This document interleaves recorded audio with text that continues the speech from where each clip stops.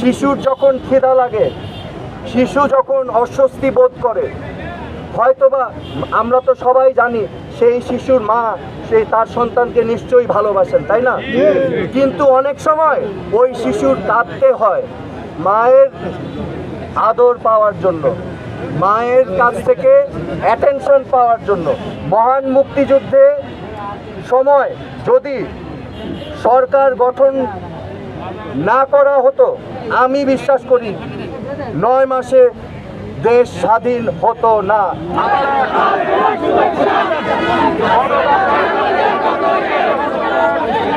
যারা অন্যায়ের বিরুদ্ধে প্রতিবাদ করবে, সুশাসনের পক্ষে কাজ করবে, যারা ন্যায় বিচার প্রতিষ্ঠার লক্ষ্যে কাজ করবে এবং যার মাধ্যমে একটি সুন্দর ভবিষ্যৎ বাংলাদেশ পাবে, যেটাই হচ্ছে আমাদের সোনার বাংলার স্বপ্নর বাস্তবায়ন।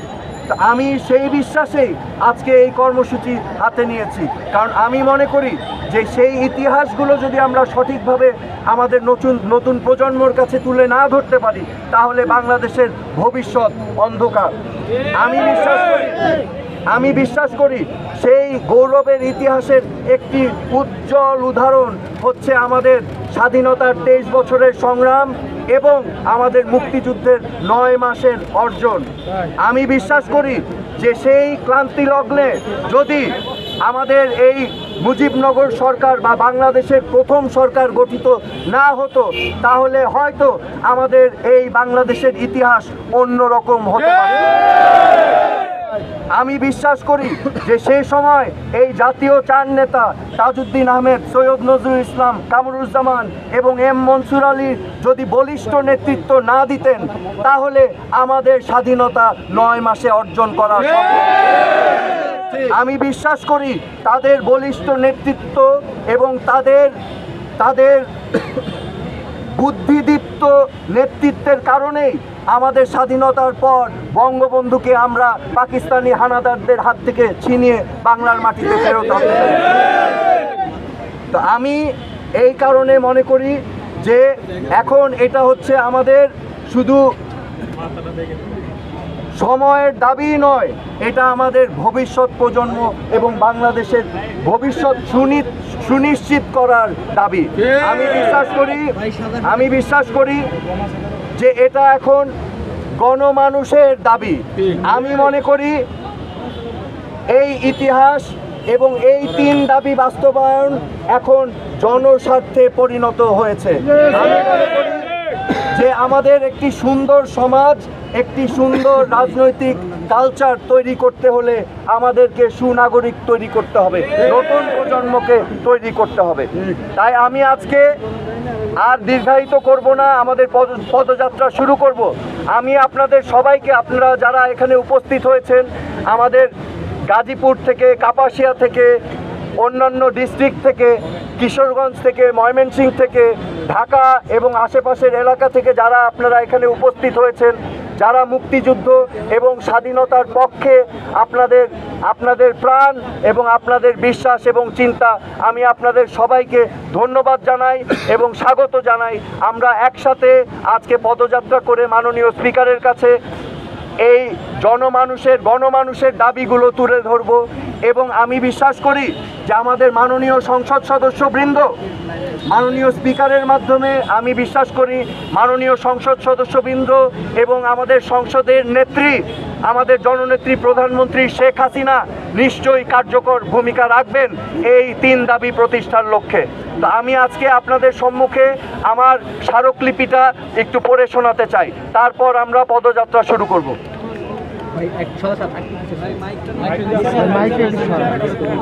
বরাবর মাননীয় স্পিকার, বাংলাদেশ জাতীয় সংসদ, এই স্মারকলিপির কপি সাংবাদিক ভাই বোনদেরকে দিয়ে দেওয়া হবে।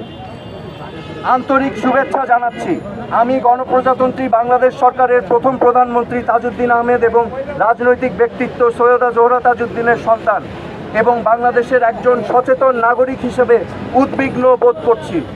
আমি উদ্বিগ্ন বোধ করছি কারণ 2021 সালে বাংলাদেশের সুবর্ণ জয়ন্তী পার হয়ে গেল, কিন্তু বর্তমান যুব সমাজ আমাদের সুদীর্ঘ 23 বছরের স্বাধীনতা সংগ্রামের ইতিহাস ও 9 মাসের গৌরবোজ্জ্বল রক্তক্ষয়ী মুক্তিযুদ্ধ সম্পর্কে সঠিক তথ্য জানে না।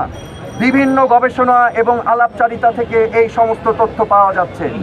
52 বছর আগের ইতিহাসের দিকে তাকালে দেখা যায় পাকিস্তানি স্বৈরশাসকের বিরুদ্ধে স্বাধীনতার মহান স্থপতি জাতির পিতা বঙ্গবন্ধু শেখ মুজিবুর রহমান এবং আওয়ামী লীগের নেতৃত্বে 70-এর নির্বাচনে এদেশের মুক্তিগামী সাধারণ মানুষের বিজয় অর্জিত হয়, যা পাকিস্তানি শাসক গোষ্ঠী মেনে নিতে পারে নাই। এর ফলে 1971 সালের গোটা মার্চ মাস জুড়ে গণতান্ত্রিক রাজনীতির মধ্য দিয়ে ঝুঁকি মাথায় নিয়ে আওয়ামী লীগ তার শাসনতান্ত্রিক অধিকার আদায়ের লড়াই অব্যাহত রাখে। জনগণকে সাথে নিয়েই বঙ্গবন্ধু তার পথ চলতে থাকেন। বঙ্গবন্ধু এবং আওয়ামী লীগের ন্যায্য গণতান্ত্রিক দাবি উপেক্ষা না করতে পেরেই পাকিস্তানি সামরিক শাসকরা গণহত্যা এবং একতরফা সামরিক সমাধানের পথ বেছে নেয়। বঙ্গবন্ধু চূড়ান্ত স্বাধীনতার ঘোষণা করেন এবং পাকিস্তানি সেনাবাহিনী তাকে গ্রেফতার করে।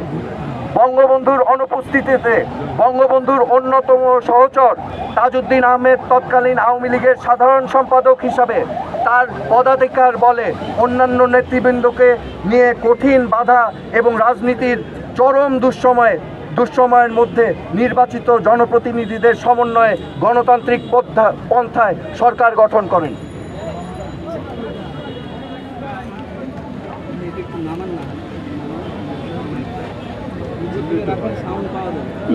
স্বাধীনতার ঘোষণাপত্রে উল্লেখ রয়েছে, সেহেতু বাংলাদেশের নির্বাচিত প্রতিনিধিগণ বাংলাদেশের সর্বোচ্চ ক্ষমতার অধিকারী, জনগণ কর্তৃক আমাদিগকে প্রদত্ত কর্তৃত্বের মর্যাদা রক্ষার্থে নিজেদের সমন্বয়ে যথাযথভাবে একটি গণপরিষদ রূপে গঠন করিলাম এবং পারস্পরিক আলোচনা করিয়া এবং বাংলাদেশের জনগণের জন্য সাম্য, মানবিক মর্যাদা ও সামাজিক সুবিচার নিশ্চিতকরণার্থে সার্বভৌম গণপ্রজাতন্ত্র রূপে বাংলাদেশের প্রতিষ্ঠা ঘোষণা করিলাম এবং তদ্বারা বঙ্গবন্ধু শেখ মুজিবুর রহমান কর্তৃক ইতিপূর্বে ঘোষিত স্বাধীনতা দৃঢ়ভাবে সমর্থন ও অনুমোদন করিলাম। স্বাধীনতার ঘোষণাপত্রের মাধ্যমেই বাংলাদেশ প্রজাতন্ত্র রূপ পায়। এটি বাংলাদেশের জন্ম সনদ ও প্রথম দলিল।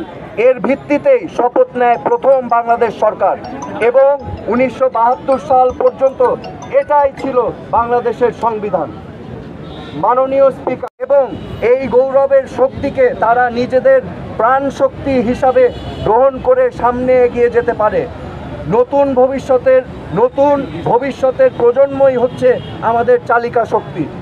আমি বিশ্বাস করি এটি শুধু আমার দাবি নয়, বরং আপনি সহ মুক্তিযুদ্ধ ও স্বাধীনতায় বিশ্বাসী সকল গণমানুষের প্রাণের দাবি। আপনি আমাদের মহান সার্বভৌম জাতীয় সংসদের অভিভাবক এবং বাংলাদেশের আপামর গণমানুষের আশা আকাঙ্ক্ষার প্রতীক তথা সকল সংসদ সদস্যগণের ভরসার কেন্দ্রবিন্দু। সেই মহৎ স্থান থেকে আপনার মাধ্যমে এই যৌক্তিক দাবিসমূহ বাস্তবায়ন করবার জন্য মাননীয় সংসদ সদস্যবৃন্দের কাছে উপস্থাপন করছি। আমি মনে করি বাংলাদেশের তথা মুক্তিযুদ্ধের সঠিক ইতিহাস সংরক্ষণ এবং তুলে ধরাই নিশ্চিত করতে পারে বাংলাদেশের সুন্দর ভবিষ্যৎ, যা একটি জনগুরুত্বপূর্ণ বিষয়। এটি একটি জনগুরুত্বপূর্ণ বিষয়। তাই আমি আশা করছি আপনি মহান জাতীয় সংসদে যথাযথ গুরুত্ব সহকারে কার্যকর ব্যবস্থা গ্রহণ করবেন। আমার দাবি, 1, 10 এপ্রিল প্রথম বাংলাদেশ সরকার গঠনের দিনটিকে প্রজাতন্ত্র দিবস ঘোষণা করতে হবে। যেহেতু 10 এপ্রিল 1971 স্বাধীনতার ঘোষণাপত্রের বঙ্গবন্ধুর চূড়ান্ত স্বাধীনতার ঘোষণাকে ভিত্তি করে মাধ্যমে গণপ্রজাতন্ত্রী বাংলাদেশের প্রথম সরকার গঠিত হয় এবং বাংলাদেশের স্বাধীন সার্বভৌম রাষ্ট্র প্রজাতন্ত্র হিসাবে জন্ম লাভ করে, তাই এই দিনটিকে প্রজাতন্ত্র দিবস ঘোষণা করতে হবে।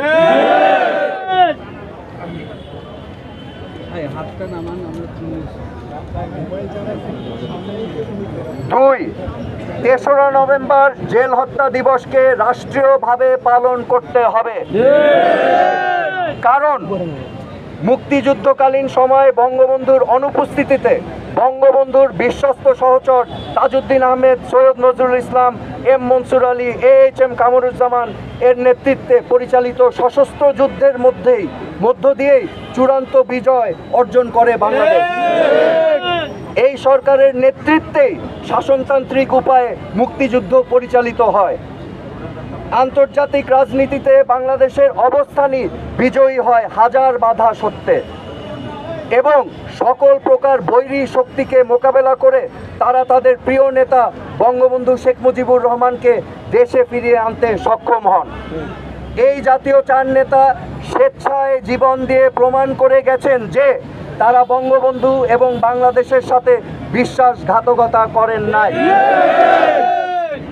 3,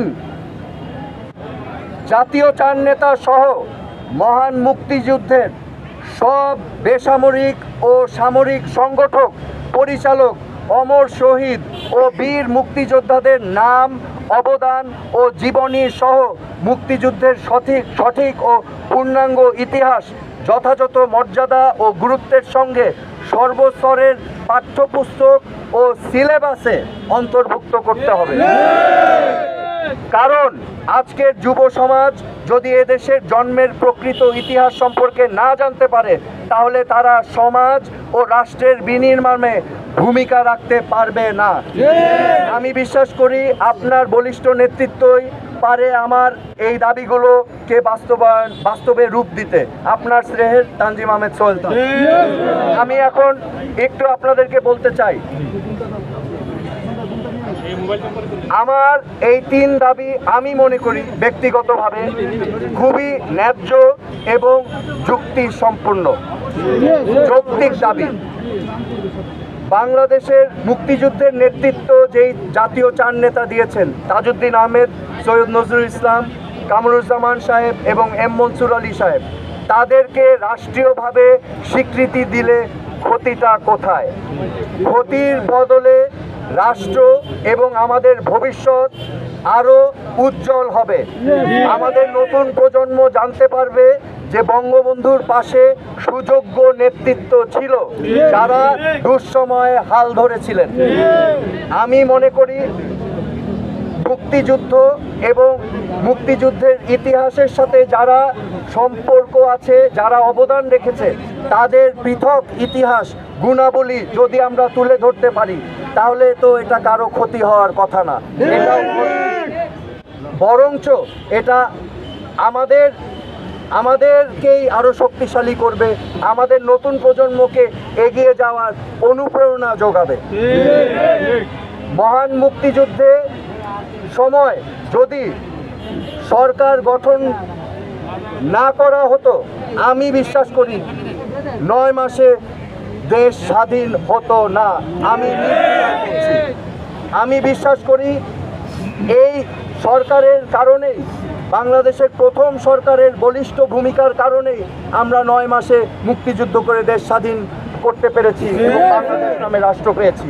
তাই এই সরকারকে স্বীকৃতি দিলে ক্ষতির চেয়ে আমরা বরঞ্চ লাভবান হব। আমরা জানতে পারবো আমাদের সঠিক ইতিহাস। তাই আমি আজকে জোর দাবি জানাচ্ছি, আপনারা অনেকেই বলবেন যে আজকে কেন আমাদের রাজপথে নামতে হয়েছে। আমি আপনাদেরকে একটি ছোট উদ্ধৃতি দিয়ে আমার বক্তব্য শেষ করে আমরা পদযাত্রা শুরু করব। দেখেন, একটি শিশু, একটি অবুঝ শিশুর যখন খিদা লাগে, শিশু যখন অস্বস্তি বোধ করে, হয়তোবা আমরা তো সবাই জানি সেই শিশুর মা তার সন্তানকে নিশ্চয়ই ভালোবাসেন, তাই না? কিন্তু অনেক সময় ওই শিশুর কাঁদতে হয় মায়ের আদর পাওয়ার জন্য, মায়ের কাছ থেকে অ্যাটেনশন পাওয়ার জন্য। আজকে আমি মনে করি আজকে আমরা রাজপথে, বাংলার জনগণ হচ্ছে সেই শিশু কেঁদে উঠেছে। আজকে আমরা মহান জাতীয় আজকে আমরা কেঁদে উঠেছি। আমরা আমাদের মাননীয় সংসদ সদস্য, মাননীয় স্পিকার এবং মাননীয় সংসদ নেতা, আমাদের প্রধানমন্ত্রী শেখ হাসিনার কাছে আমাদের হৃদয়ের স্পন্দনটা তুলে ধরেছি আজকে রাজপথে। আজকে আমি বিশ্বাস করি যে অচির ভবিষ্যতে এই 3 দাবি অবশ্যই বাস্তবায়িত হবে। সবাইকে আবারও ধন্যবাদ জানিয়ে আমরা এখন আমাদের পদযাত্রা শুরু করব। দয়া করে আপনারা সুশৃঙ্খলভাবে, আমরা সুন্দরভাবে, শান্তিপূর্ণভাবে এগিয়ে যাব। জয় বাংলা, জয় বঙ্গবন্ধু।